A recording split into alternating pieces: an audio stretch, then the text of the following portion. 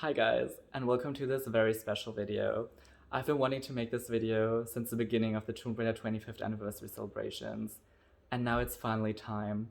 It's Tomb Raider the Angel of Darkness celebration month, and I'm ready to get this video out there. I've been eager to talk about this game, and I just wanted to wait until the time was right, and to be able to celebrate it just the way it deserves to be celebrated. Because, in my opinion, Tomb Raider the Angel of Darkness is probably the most extraordinary and influential Tomb Raider game ever made. Yes, of course, the very first Tomb Raider game was groundbreaking and influential. It's undeniable. And also, what Crystal Dynamics has done with the franchise is also amazing. But Tomb Raider the Angel of Darkness has continued to inspire fans, creators, to try to finish what we never got, what never really was realized. And I think in that way, it has stuck with so many fans for so many years, including me.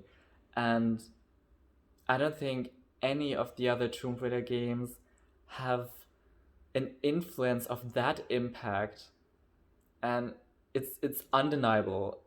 Either you completely love the game, or you hate it, or you've never played it because of whatever you've read or heard. But in my opinion, if you know the full story about the Angel of Darkness, it's it's very sad.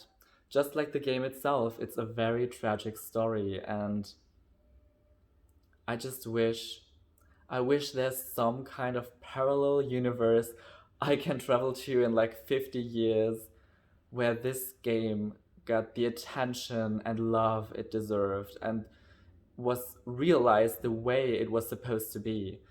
Um, I mean, if you know a little bit about the Angel of Darkness, there's two versions of what it was supposed to be.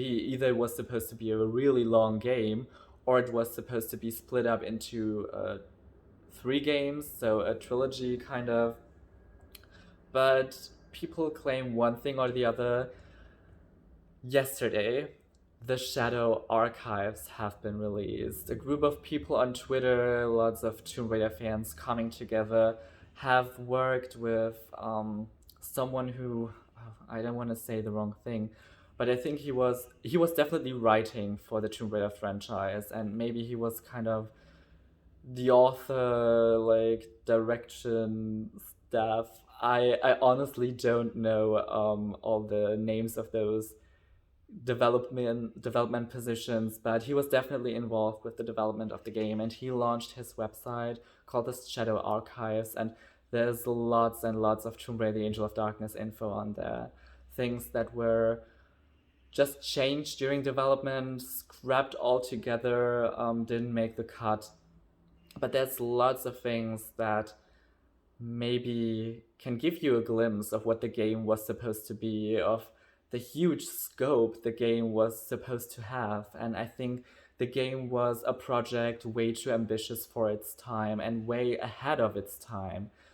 I mean, they've included, even in the version we got, so many different moves and even hidden moves that are still in the game and are still accessible, at least to some degree, but aren't listed in any of the manuals or guidebooks.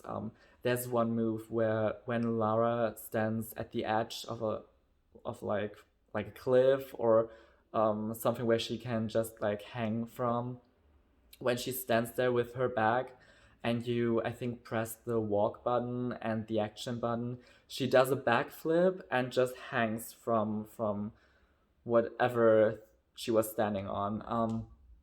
That move is never explained anywhere in the manual. Also, in the German manual, the commando crawl is never explained, and how to change targets while aiming, which is like a requirement for the Boas boss fight, is also never explained. I don't think it's explained in the guidebook either. My father bought the guidebook because he couldn't finish the game. But the guidebook strangely lists Putai, the shaman, and some other members of the Cabal, and some other characters like the herbalist. There's like way more info to go on. Also with Boas, there's lots of background, but things that didn't even make it into the game. There's this one guy, Luther. He's listed in the German guidebook, and he's a member of Eckhart's Cabal thing, but he does not appear in the game at all, even though he actually has a 3D model, but he didn't make the cut. Yet he's still in the guidebook, so you know there's like lots of changes. And the Shadow Archives actually says that they changed things around so many times to get the game ready that in the end the story was incoherent and things had to be cut out last minute, changed last minute. Lots of things didn't make sense, things didn't make the cut. The game in general was supposed to be much bigger, and as far as I know, there was supposed to be a Germany portion in the game already. Because at the end of the first game, the thing that Lara kills Eckhart, that's like a set thing that was supposed to happen in this first game. Um, but she needs the 3 Periap shards, and at some point she just has them in her inventory. But she only ever actually gets one in the Louvre that Curtis loses, and basically the other one she finds in the Vault of Trophies. But where does the third one come from? Because Curtis only has one, Lara finds one, and the other one just turns up randomly. And at some point, I think via a glitch, you can also have 5 Periap shards in your inventory, which is like really weird. But I think one Periap shard was supposed to be in Germany. I don't know if it was already the Castle Kriegler thing, or if that was planned for the second game entirely, but yeah, that didn't make the cut.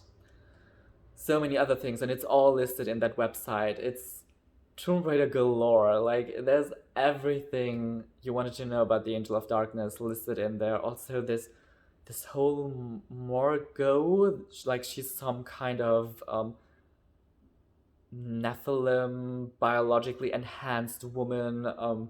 Really, really interesting character that also didn't make it beyond the conceptual stages. There's so much stuff in there. Yeah, and we've now got this, like for the 25th anniversary, all this information, and we have so much more. There's someone named Freak Raider, and he's been working on kind of a remake of Tomb Raider: The Angel of Darkness. He calls it Trout 1.5, and it's a PlayStation 5 graphic like Tomb Raider: The Angel of Darkness experience. I think he's actually building levels from scratch, kind of. The graphics look amazing, and a few days ago he revealed, in collaboration with someone else, the now updated Lara Croft model. And if you search for Freak Raider on Tomb Raider or Twitter, you're going to find him. Leave love and support because the project is amazing. And throughout the years, there have been so many more projects regarding trying to finish Tomb Raider: The Angel of Darkness, trying to create a continuation that fills in the blanks. I think some people did like a Curtis story, which was also actually planned, as we now know, through the Shadow Archives. There was like a Curtis game, like they had like a rough draft to go on. But yeah, that is something that they might have done. And people did that with the Tomb Raider level editor, created Curtis levels. There was a project called The Lost Dominion, which was supposed to be a continuation of The Angel of Darkness, but also, of course, never got realized. But people tried creating that through the level editor, but unfortunately, lots and lots of creators jumped off the project because it took too long. But there's so many more projects in that kind of direction, trying to come up with a continuation, trying to finish the story, fill in the gaps.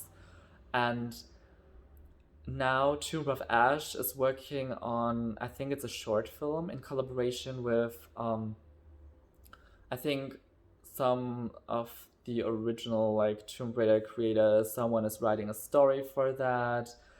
Someone is composing a soundtrack, which is similar to the Angel of Darkness soundtrack, and they want to fill in the gaps, what happened between Tomb Raider 4 and Tomb Raider: The Angel of Darkness, how Lara got out of the pyramid, what happened with Putai and her tribe, because we only have that one shaman cutscene.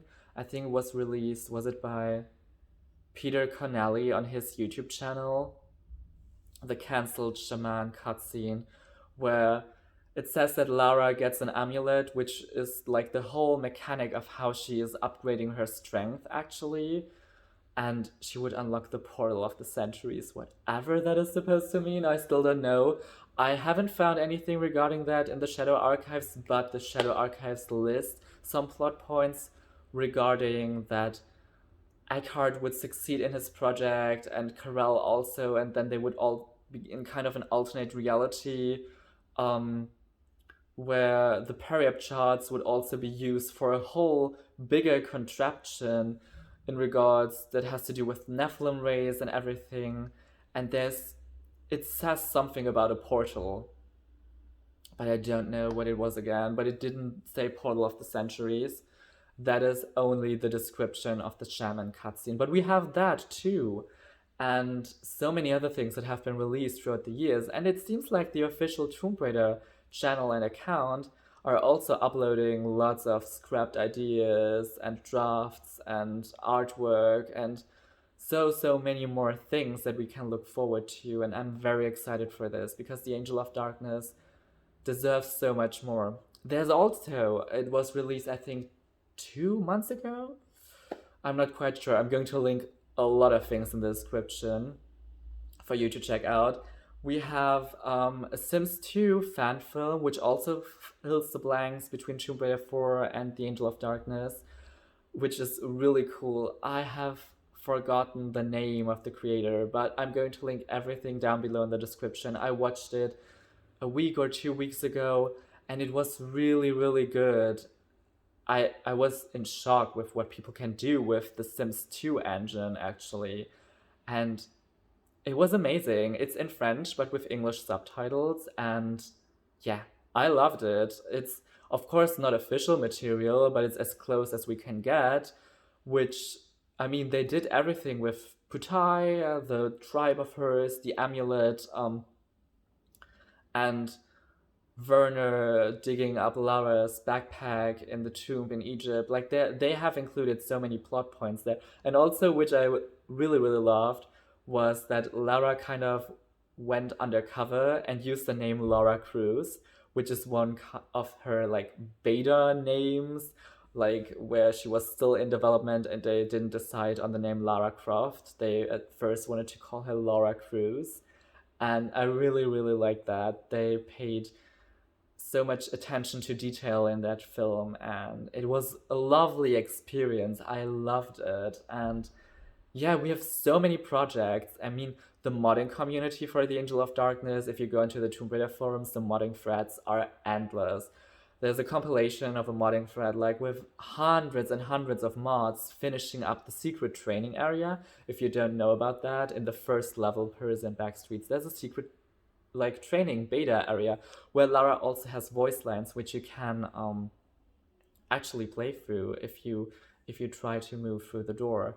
And there's so many other things, so many mods activating certain things like fog, snow in Prague, enemies that were activated, and so much more. So you can also check that out to get like a full experience. Also with the health system, where when she's injured and hurt, lots of stuff in that direction has also been activated.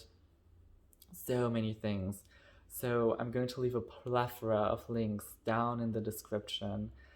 And I feel like the Angel of Darkness should be celebrated so much more.